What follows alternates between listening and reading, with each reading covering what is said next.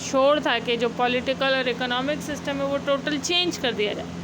تو radical ideas مطلب جو چینج لانے کے خواہش مند ہوتے ہیں، جبکہ کنزرویٹیوز وہ لوگ ہوتے ہیں جو پرانے طریقوں پہ چلنا زیادہ پسند کرتے ہیں. تو ہی ریمینڈ کنزرویٹیو، یعنی کہ بروک فیلڈ جو تھے مسٹر چپس جو تھے وہ کنزرویٹیو ہی رہے، جبکہ جو کیتھرین تھی وہ ہمیشہ ریڈیکل یعنی کہ چینج کی بات کرتی تھی. But even where he did not accept he absorbed her young idealism worked upon his maturity to produce an amalgam very gentle and wise.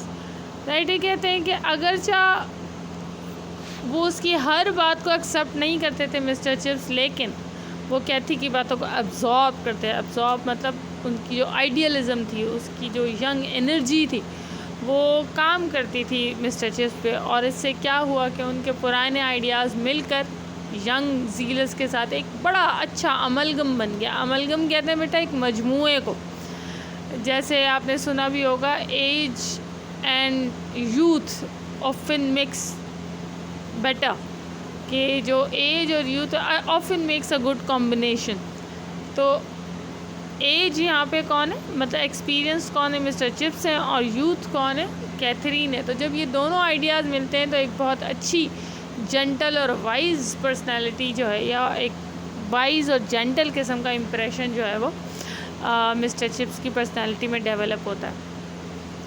Let's start the new paragraph. This is page number 14. Sometimes she persuaded him completely. کبھی کبھار کیا ہوتا تھا، وہ جو کہتی ہیں وہ پورا کا پورا اسے پرسویٹ کر لیتی. پرسویٹ مطلب وہ اپنی بات پہ راضی کر لیتی تھی. Brookfield for example ran a mission in East London to which boys and parents contributed generally with money but rarely with personal contact. اب اسی کی ایک ایگزامپل بتا رہے ہیں کہ بروک فیلڈ جو ہے وہ ایک مشن چلاتا تھا ایسٹ لنڈن میں. مشن سے مراد ایک چیریٹی قسم کی، جس میں کیا ہوتا تھا کہ جو بروک فیلڈ کے اسٹوڈنٹس ہیں ان کے پیرنٹس اور اسٹوڈنٹس وہ دیتے تھے کیا، چیریٹی دیتے تھے. چیریٹی مطلب خیرات، جنرسلی مطلب بہت زیادہ کھلے دل کے ساتھ. لیکن ان کا کبھی پرسنل کانٹیکٹ نہیں ہوتا تھا ان بچوں کے ساتھ جو، یا ان اسٹوڈنٹس کے ساتھ جو ان کی چیریٹی پر پڑھائے جاتے تھے اور ان کا خیال رکھا جاتا تھا. It was Catherine who suggested that a team from the mission should come up to Brookfield and play one of the school's 11 at soccer. تو کیتھرین نے کیا پلان کیا، انہوں نے ایک ساکر میچ جو تھا وہ پلان کیا. ساکر کہتے ہیں بیٹا فٹ بال کو. اور انہوں نے کہا، یہ ان کا آئیڈیا تھا کیتھرین کا، کہ ایک مشن سے یعنی کہ اس اسکول سے جو چیریٹی بھی چلتا ہے وہاں سے بچے آئیں اور وہ بروک فیلڈ کے ساتھ ایک میچ کھیلیں. The idea was so revolutionary that from anyone but Catherine it could not have survived its first frosty reception. کہتے ہیں یہ آئیڈیا بہت ہی ریولیوشنری تھا، بہت ہی نیا آئیڈیا، بہت ہی باغیانہ قسم کا آئیڈیا. ایک اپر کلاس جو ہے وہ لوور کلاس کے بچوں سے ملے. تو جو اس کا پہلا جو ریسیپشن تھا وہ بہت ہی فراسٹی ہوتا، اور یہ آئیڈیا سروائیو بھی نہیں کرتا اگر یہ گرین کا آئیڈیا نہیں ہوتا. To introduce a group of slum boys, ظاہر سی بات ہے جو چیریٹی پہ بچے پل رہے ہیں وہ بہت غریب اور بہت ہی they belong to very lower strata, lowest strata rather of the society. They are slum boys. Slum boys مطلب جو جھوپڑی وغیرہ میں رہتے ہیں، بالکل غریب بچے. ان کو آپ اٹھا لائیں ایک سیرین انوائرمنٹ میں اور اپر کلاس یا مڈل کلاس کے بچوں کے ساتھ، تو یہ جو ہے یہ بہت ہی ایک نیو قسم کا ایکسپیریمنٹ ہو سکتا تھا. At first wanton is all kind of things that had better be left untouched. اور شروع میں ایسا ہی لگا کہ یہ ایک عجیب وانٹن قسم کا خیال ہے، ایسے بیرارو سا ایک خیال ہے جو ذہن میں آ گیا اور اس کو چھوڑ دینا چاہیے، اس پہ کوئی بھی کام نہیں کرنا چاہتا. The whole staff was against it and the school. پورا اسٹاف اس بات کے خلاف تھا اور پورا اسکول اس بات کے بالکل خلاف تھا. If its opinion could have been taken was probably against it too. Everyone was certain that the East End lads would be hooligans, or else that they would be made to feel uncomfortable. Anyhow, there would be incident and everyone would be confused and upset. Yet Catherine persisted. سب کا خیال یہ تھا کہ ظاہر ہے جو بچے وہاں سے آئیں گے وہ ہولیگنز ہوں گے, مطلب وہ انسوفسٹیکیٹڈ قسم کے بچے ہوں گے, تو وہ یہاں ایڈجسٹ نہیں کر پائیں گے, وہ کس طرح ایک سوفسٹیکیٹڈ کلاس کے ساتھ میچ کریں گے. یا ہو سکتا ہے کہ جب وہ اتنے بڑے ادارے میں آئیں اور اچھے مطلب ایک ویل آف بچوں کے ساتھ کھیلیں یا ان کو دیکھیں تو وہ انکمفرٹیبل فیل کریں گے یا مزید ڈپرائیو فیل کریں گے, اپنے آپ کو محروم سمجھیں گے, یا کوئی بھی ایک انسیڈنٹ ہو سکتا ہے. مطلب دے ور کائنڈ آف ہیزیٹیشن, ہر شخص جو تھا وہ ہیزیٹیٹ تھا, چاہے وہ اسٹاف ہو چاہے اسکول ممبرز ہو, لیکن کیتھرین جو تھی وہ پرسسٹڈ رہیں, انہوں نے کہا جناب یہ میچ تو ضرور ہوگا. Chips she said they are wrong you know and I am right. اس نے چپس سے کہا کہ تم جانتے ہو کہ میں ٹھیک بات کہہ رہی ہوں اور یہ سب جو لوگ ہیں وہ غلط ہیں. I am looking ahead to the future, they and you are looking back to the past. میں جو ہوں میں فیوچر کی طرف دیکھ رہی ہوں, مستقبل کی طرف, اور وہ یہ دیکھ رہی تھی کیونکہ ظاہر وہ سوشلسٹ بھی تھی اور وہ اس کلاس ڈفرینس پہ یقین نہیں رکھتی تھی, جیسے کہ سوشلسٹ مینیفیسٹو ہے یہ کہ کلاس ڈسٹنکشنز جو ہیں یا طبقاتی فرق جو ہیں یہ ختم ہو جانے چاہیے. تو وہ کہہ رہی تھی میں فیوچر کی طرف دیکھ رہی ہوں کہ جب طبقاتی فرق ختم ہو جائیں گے, جب امیر غریب کا فرق ختم ہو جائے گا, اور تم لوگ جو ہو پاسٹ کی طرف دیکھ رہے ہو جو کہ فیوڈل نارمز کی ایک روایات ہیں کہ بھئی امیر ہوتا ہے غریب غریب. England is not always going to be divided into officers and the other ranks. وہ کہتی ہیں کہ انگلینڈ اب ہمیشہ ایسا ہی نہیں رہے گا کہ وہ اس کو طبقوں میں بانٹ دیا جائے گا کہ بھئی یہ آفیسرز طبقہ ہے, یہ دوسرے طبقے ہیں. And those popular boys are just as important to England as Brookfield is. اور ان کا اپینین یہ تھا کہ یہ جو پاپولر بوائز ہیں, پاپولر سے مراد یہاں پہ بیٹا عام لڑکے مطلب جن کا کوئی خاص بیک گراؤنڈ نہیں ہے, وہ بھی اتنے ہی امپورٹنٹ ہیں انگلینڈ کے لیے جتنے کہ بروک فیلڈ کے student. You have got to have them here Chips, you can not satisfy your concerns by writing a cheque for a few guinea and keeping them at arms length. وہ یہ کہتی ہیں mister chips سے کہ آپ اپنے ضمیر کو بالکل مطلب خاموش نہیں کرا سکتے کہ بھئی آپ نے بہت بڑی چیریٹی دے دی, آپ نے ایک چیک لکھ کے بھیج دیا, لیکن آپ ان کو اپنے سے دور رکھتے ہیں. ایٹ آرمس لینتھ مطلب اپنے آپ سے دور رکھنا, کسی کو کولڈ ڈسٹینس پر رکھنا. تو ان کا ایسا خیال ہے کہ صرف پیسے دے دینے سے یا کسی کی مدد کر دینے سے آپ جو ان کی اگر آپ ان کو ایکول اسٹیٹس نہیں دیتے یا ان کے ساتھ ایک کمپیشنیٹ رویہ نہیں رکھتے تو یہ جو ہے وہ آپ کے ضمیر کو مطمئن کرنے کے لیے کافی نہیں ہے. Besides they are proud of Brookfield just as you are. اس کے علاوہ وہ کہتی ہیں کہ یہ جو بچے ہیں ان کو بھی بروک فیلڈ پر اتنا ہی فخر ہے جتنا تمہیں. ظاہر سی بات ہے وہ بروک فیلڈ کے بہاف پہ پڑھ رہے ہیں اور بروک فیلڈ انہیں سپورٹ کر رہا ہے تو انہیں بھی بروک فیلڈ سے محبت ہے.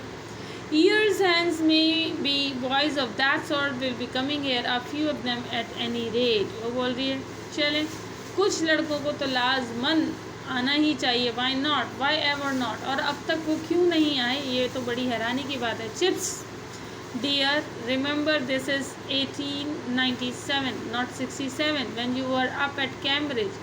You got your ideas well stuck in those days, and good ideas they were too, a lot of them, but just a few chips want unsticking. وہ کہتے ہیں چپس یہ اب جو ہے یہ نیا دور ہے, یہ 1897 ہے, 1897, یہ 1867 نہیں ہے, 67 نہیں ہے. یہ وہ زمانہ نہیں ہے کہ جب تم کیمبرج میں پڑھا کرتے تھے اور تمہارے ساتھ مسئلہ یہ ہے کہ تم نے جو کیمبرج میں آئیڈیاز لیے تھے وہ آئیڈیاز تمہارے دماغ میں پھنس گئے, تم ہی انہی آئیڈیاز میں پھنسے ہوئے ہو. یعنی کہ تمہارے دماغ میں پرانے ہی خیالات ہیں, ٹریڈیشنل قسم کے جو روایات اور خیالات ہیں, تم انہی کو فالو کرتے ہو. اگرچہ یہ بھی اچھے آئیڈیاز ہیں, good ideas they were too, لیکن ان میں سے بہت سے آئیڈیاز ایسے ہیں جو وانٹ ان اسٹکنگ, جن کو تمہیں اب چھوڑ دینا چاہیے. So we will stop our lecture today here and we will inshallah continue tomorrow. Until then,